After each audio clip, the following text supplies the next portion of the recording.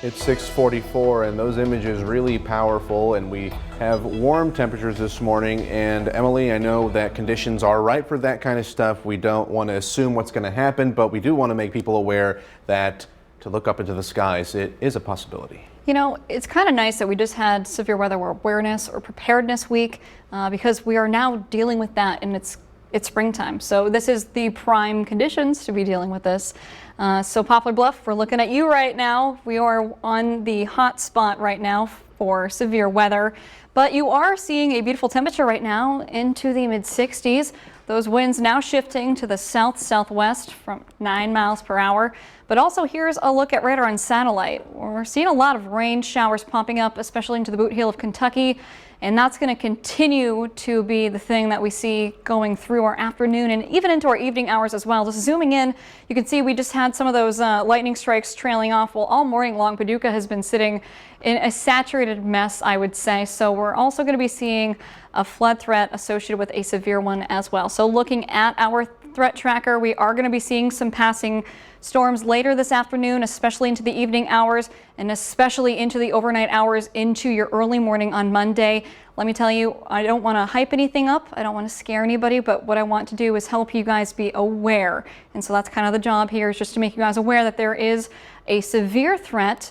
And I'll talk about that in a moment, but let's get through the right now before I get there. So today's threat, we are looking at some gusty winds that have been lingering over from most of the night. So we could be seeing wind gusts this afternoon gusting up to over 30 miles per hour at times after ahead of a cold front that's going to be moving through.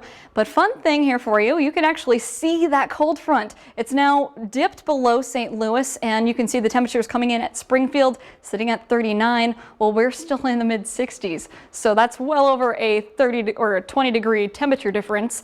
And it's going to actually stay that way. Now, between our temperatures here and our dew points, they're not so different. Marion coming in at a dew point of 63, Portageville as well, but Union City sitting at 64. Now, this is an area that has already started to see some rain. And Mount Vernon also saw a lot of the thunder showers over the night hours. And sadly, that's kind of in store for all of us as we go through the evening. So I'm just going to be up forward and up front with you guys and say, yes, this map looks colorful and sometimes it can be seeming scary, but here's your awareness. Take the time that you have now and prepare for any severe weather, because we're looking at some damaging winds, we're looking at a flood threat, and so far our severe threat from the Storm Prediction Center is stretching from Cape Girardeau, Caro, Poplar Bluff, and that's just for the level 3, the enhanced risk. Now, encompassing most of the counties in our viewing area is the slight risk, so that's going to be a level 2. And again, the same things. We're looking at the damaging winds, and we have probably some hail mixed in there, typically when I see those gusty winds, but we also have a tornado threat. And again, these maps are not to scare you. We just want you aware of what could happen. Now, when we see these maps, it doesn't mean that one will happen. You know, so right now the Storm Prediction Center is giving Cape Girardeau through Poplar Bluff and most of the southern half of Missouri and Arkansas a 10% chance within a 25-mile radius of that one spot. So if you look at the whole picture, you know, any of us could see that, and that's the point. We just want you all aware of what you could see. And meteorologist Katie Melvin will be here tonight to talk to you more about that as that severe threat ramps up. But with that threat, we also have a flooding threat that's stretching again through Missouri, Arkansas, Illinois, Indiana, and of course Kentucky, which Kentucky, I'm kind of concerned about you a little bit because we saw a lot of rainfall in such a short amount of time so far.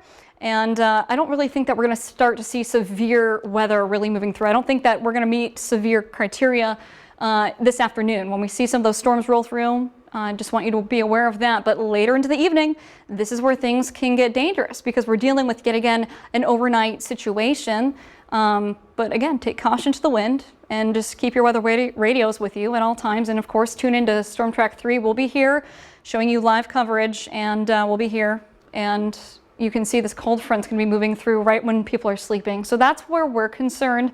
We just don't want you guys to be unknowing of what's going on. Again, all of this is just for awareness. And to help you stay aware, we do have the Storm Track 3 app that you can download today on the Google or Apple App Store. And with that, sadly, the National Weather Service in Paducah is saying that the Cape Girardeau transmitter is down for the NOAA weather radios. And so it's a good idea to tune in to Goreville, Illinois. You have Fredericktown, Missouri.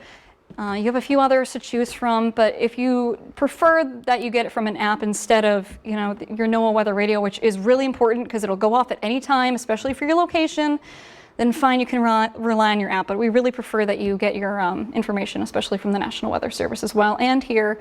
But then behind all of that, we are clearing up and drying out. But today, the focus is just being aware. And right now, while that sun's coming up, you have time to prepare for anything. And that just means, like we talked about earlier last week, cleaning out a storm shelter, making a safe place for yourself, and preparing. It's not about being scared. My quote is, learn about what you fear or what you don't know. And that is a perfect day today. And and if you want any tips, you can always go to our website as well. We have plenty of those stories on storm preparedness, WSILTV.com. And as of course, Emily just mentioned, the Storm Track 3 weather app. Emily, thank you so much. Thank you.